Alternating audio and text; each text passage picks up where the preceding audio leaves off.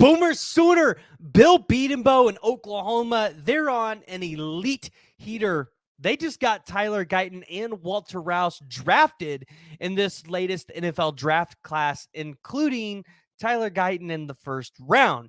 Today, we got to talk about the impact of what this is going to mean for Oklahoma football, not only on the field, but in the recruiting trail as well. And if y'all have not already, you guys need to make sure you're joining the discussion, jumping down in the comments below, giving me your thoughts on both of those players getting drafted, even some of the guys that signed as undrafted free agents. And if you have not, you need to congratulate Tyler Guyton and Walter Rouse. But Bill Bedenbaugh, the haters are always out there. They're talking about how the guy can't recruit. But let me tell you, if the guy can't recruit, he sure can develop. And point proven, look at what he did with Creed Humphrey, Orlando Brown, Marquise Hayes, Wanya Morris, Anton Harrison, Cody Ford, Ben Powers, Drew Samia.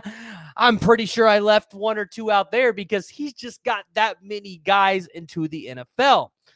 But Oklahoma this year now has back-to-back first-round offensive line takes. They also have back-to-back years where they got a right tackle and a left tackle drafted in this NFL draft.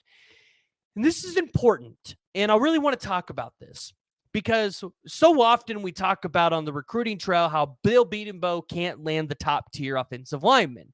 But yet, sometimes those top-tier offensive linemen have bust rates. And the reason being is it's hard to evaluate talent on the offensive line.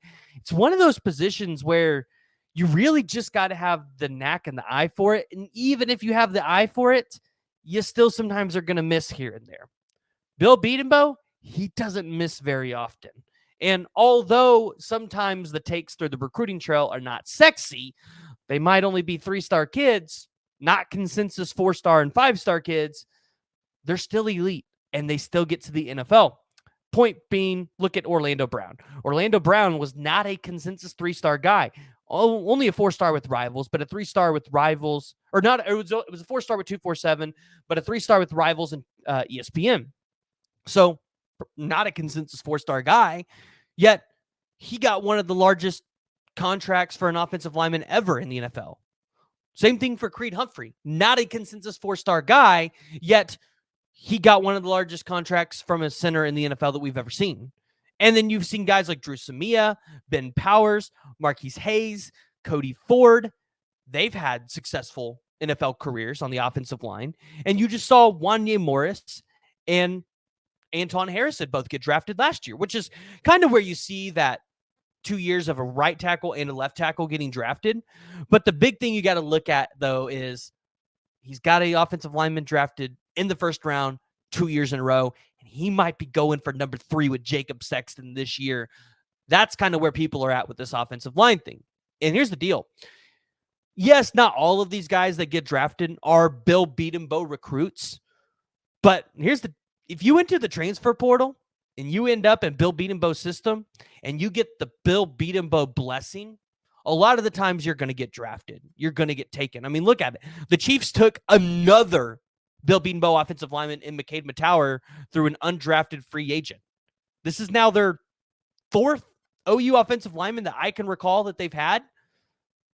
And you look at all the others across the NFL, I'm telling you, Bill Bedenbaugh, when he puts his stamp of approval on there, NFL teams look and they watch.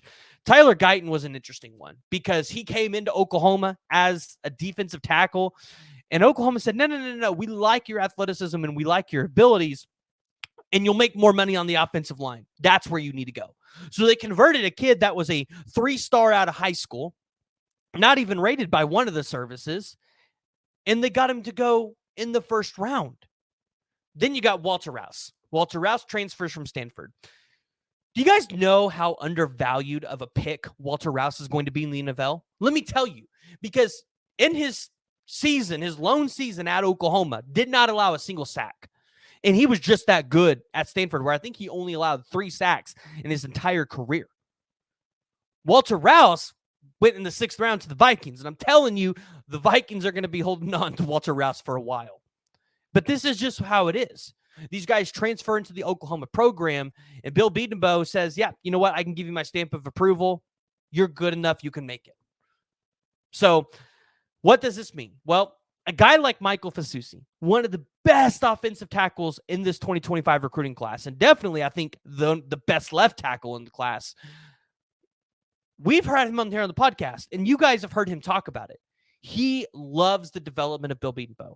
And for him, yes, NIL is going to be a part of his recruitment, but he understands the real money is into those long-term contracts you get at the NFL level, and he knows Bill Bedenbaugh is a huge factor to a lot of these offensive linemen being able to get what they've gotten. And so you look at it and you say, okay, so now you've got,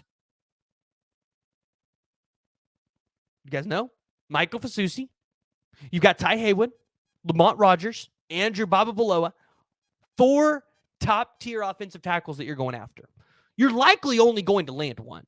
And I say you're only going to land one because I'm pretty sure and pretty confident now that Bill Bedenbaugh has done it and he's trending to get a third one into the league, recruits are going to take notice. I mean, fans are taking notice. Everybody across the league is taking notice into what Bill Bedenbaugh has been able to do. Now let's shift gears. Let's look at this season because a lot of people have been doubting what Brent Venables and Bill Bedenbaugh are going to be able to do with this offensive line. Well, he goes out there into the transfer portal and gets a guy in Branson Hickman, who he has been able to hold his own with some of the best defensive linemen in the country. Branson Hickman comes into a position of need at the center position where Joshua Bates hasn't performed as well as you would like him. Maybe gives Joshua Bates an opportunity to switch to guard, right? That's going to be intriguing how they handle that. But you bring in a guy like Spencer Brown, who I think is kind of like Anton Harrison, where he's really athletic, got a lot of upside, but he needs to put it together. Hasn't done it so far in these camps and in the scrimmages and the practices, but there's a chance he can get there. Obviously, you know what Jake Sexton's been able to do. You know what Jake Taylor's been able to do. Heath Ozida has been an absolute monster on this offensive line. Bill Bedenbaugh has yet to put out an offensive line that has not at least been satisfactory. At least bare minimum satisfactory. That's how good Bill Bedenbaugh has been. Yet a lot of people, they still want to criticize and they still want to doubt Bill Bedenbaugh. So I look at it and I say this, and I give you this. Bill Bedenbaugh, just as Travis Davidson says, until he puts out a bad offensive line, I don't believe it's going to happen because it'll be his first bad offensive line. But you can't doubt the development that Bill Bedenbaugh is able to do with his offensive linemen and where it gets him. And you can imagine on the recruiting trail, this is going to have a significant impact for Oklahoma and Bill Bedenbaugh. So guys, I want to hear from y'all. Make sure you join the discussion. Jump down in the comments below. Give me your thoughts on Tyler Guyton and Walter Rouse getting drafted.